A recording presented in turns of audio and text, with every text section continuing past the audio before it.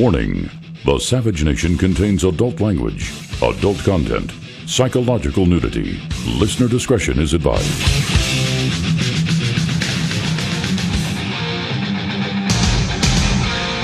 And now, America's most exciting radio talk show, The Savage Nation, home of unprotected talk, borders, language, culture. And here he is, Michael Savage. It's all a hustle.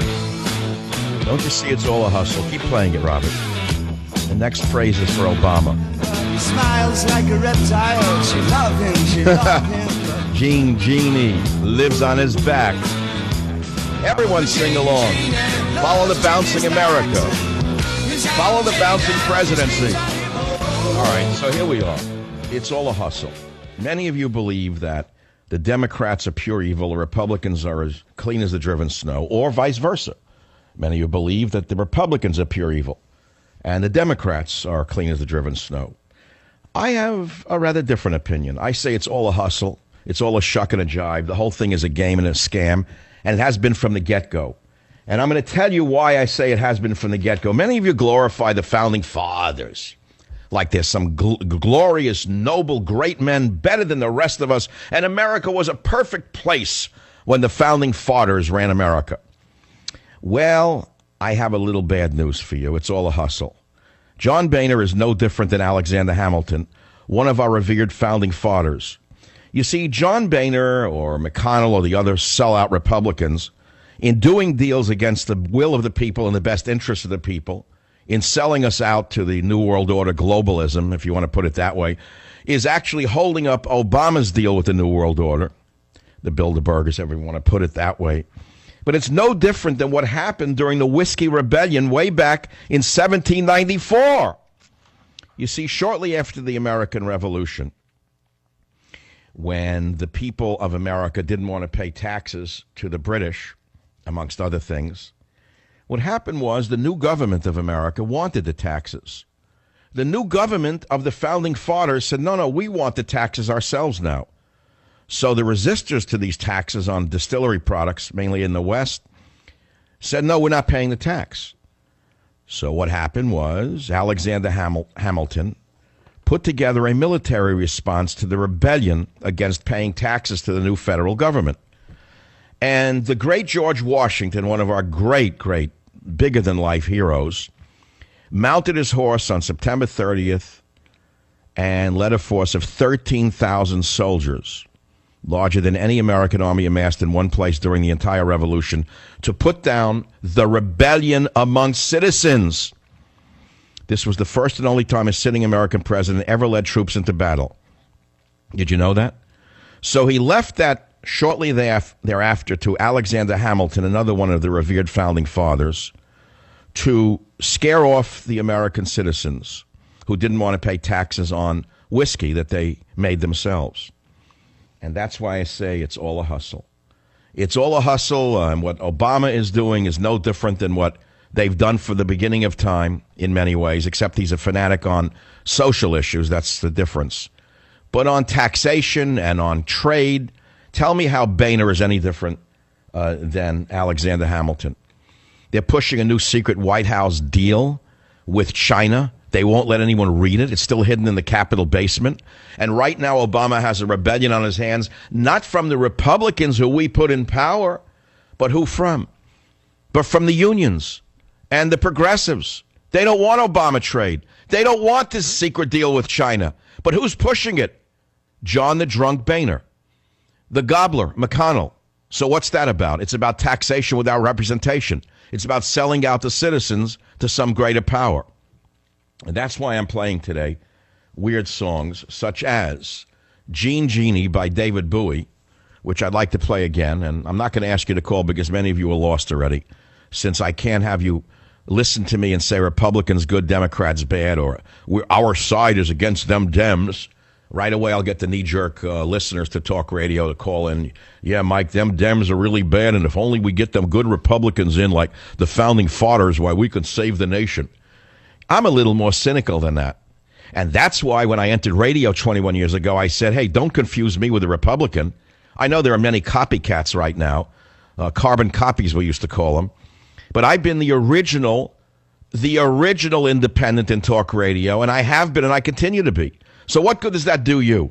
Nothing. I'm only here to entertain you. Since I have no entertainment, no power of persuasion whatsoever, we're going to play music today and talk about the news. So let's begin again with one of my favorite new songs, which I can't get out of my head. I like the next line. Sits like a man but smiles like a reptile. That kind of goes for all of them, doesn't it? I don't know what David Bowie was on, man, but where do they get these lyrics from? You gotta hand it to these stoned entertainers. They go into another world that us rationalists can never even understand. All we can do is enjoy the product of their time travel. That's why I love art, music, poetry. It lives on his back. What would the world be like without the crazy people? What a boring world it would be, my God. A world of politicians and sports talkers. I spent about 40 minutes before the show today. I was like trying to pick music for the show. I was saying, why am I doing music? Why am I spending all this time searching for songs? Because music elevates me. Music lifts me up. Music carries me. So I couldn't get this Gene Genie out of my head. I couldn't get I Feel Loved by Donna Summer out of my head. I couldn't get How Can You Mend a Broken Heart by the Bee Gees out of my head. I couldn't get A Horse with No Name by American out of my head. And I said to myself, I'm going to incorporate some of this music today and try to tell the story of the real America, the actual America, as opposed to the Fantasia, the Walt Disney Fantasia America that is in the minds of most Americans, that somehow there was a better place sometime in the past. Now, I admit Obama is a special category of deceiver and liar. I admit that. I've written books about it, and I've documented the deceit and the lies. There's no question about it. He has taken us to a new low level.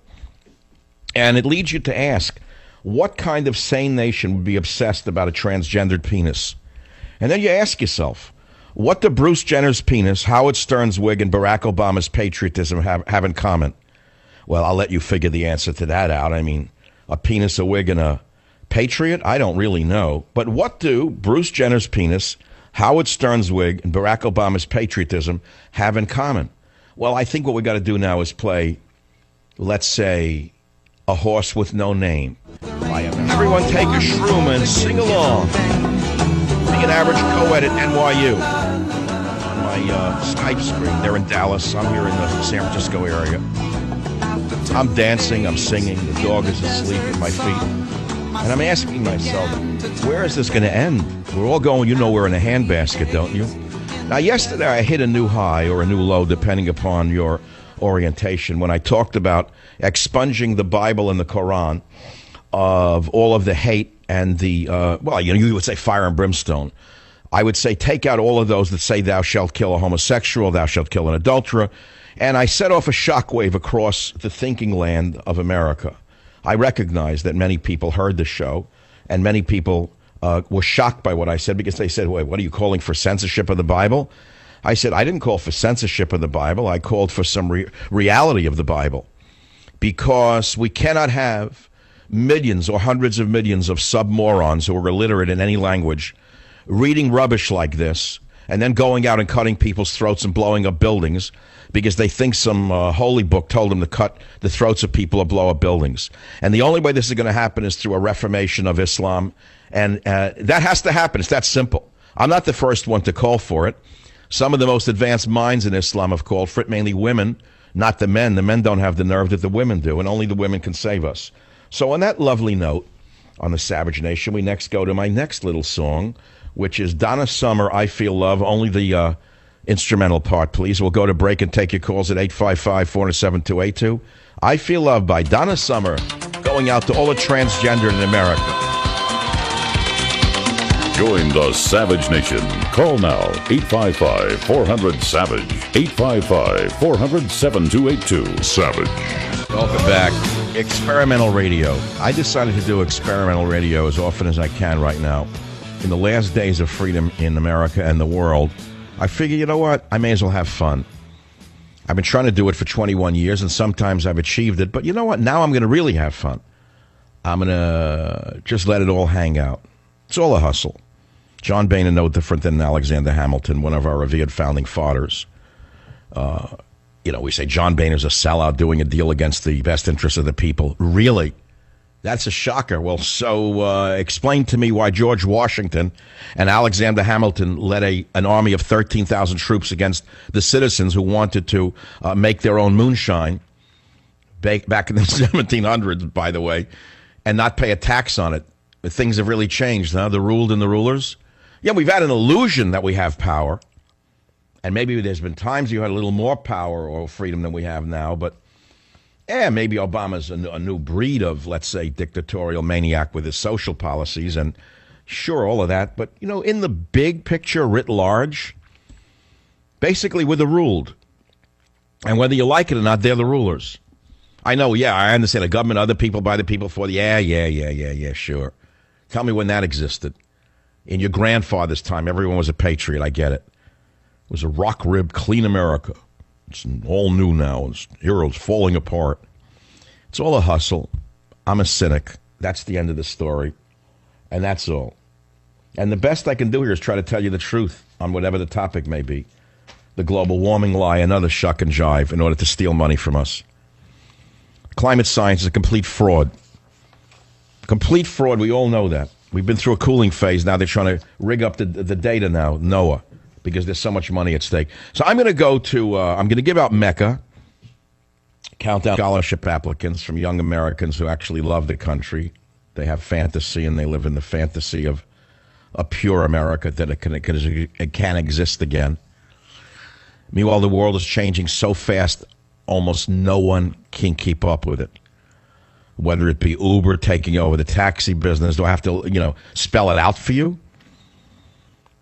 Do I have to spell out for you what's going on? The change of everything in America from gender identity. Now we're talking about some freak's penis.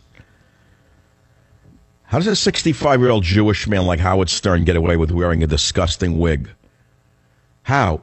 The same way Barack Obama can say that he's not a divider. Does it with no shame. How?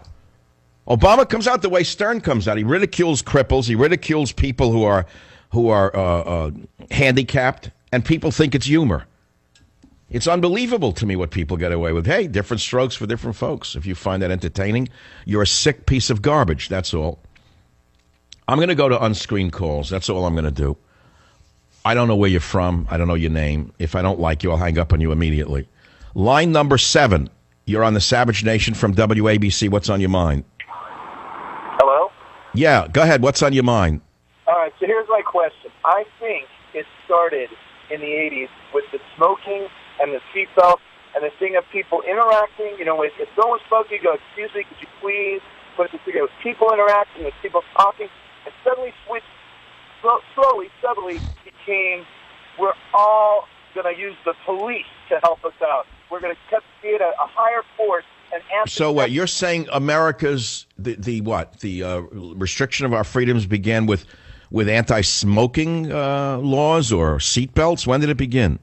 Exactly, subtle, tiny things that seem to be safe for us. Well, I agree with you. I thought about that many times. I said, how did the gays and lesbians get us in such a lock grip where we accept whatever they do to us now as just another incremental destruction of our civilization? I said, well, okay, it started with the seatbelt. I mean, I grew up in a time where there were no seatbelts. Then there were seatbelts, but they were sort of optional because you had them around your lap and the cops couldn't see if they were on you. Then the government figured out a shoulder strap where the cops could see that they were on you. So everyone's automatically now puts a seatbelt on. Automatically now everybody checks themselves no matter what the pervert says to them. No matter what the sick sisters in the colleges do to their children, they say, well, I'm not going to say anything because I have to wear the seatbelt around my mouth. Is that what you're talking about? You're right on the head of the nail. Well, I'm glad you're listening to why I'm in a paralogical state of mind today, and why you're not going to get the same old about the founding fathers from me, because I'm sick and tired of this glorification and idealization of an America that never existed. You're getting a free copy of Countdown to Mecca. All I can do is create and experiment on radio. I hope you'll stay with me. I'll be back in a few minutes right here on the Savage Nation with something brand new, I guarantee you. Join the Savage Nation. Call now, 855-400-SAVAGE, 855-400-7282. Savage. I mean, if you're, okay, listen to me. You're all complaining how bad you have and how horrible life is, and we know that the reptile in the White House is as bad as they can get, I think.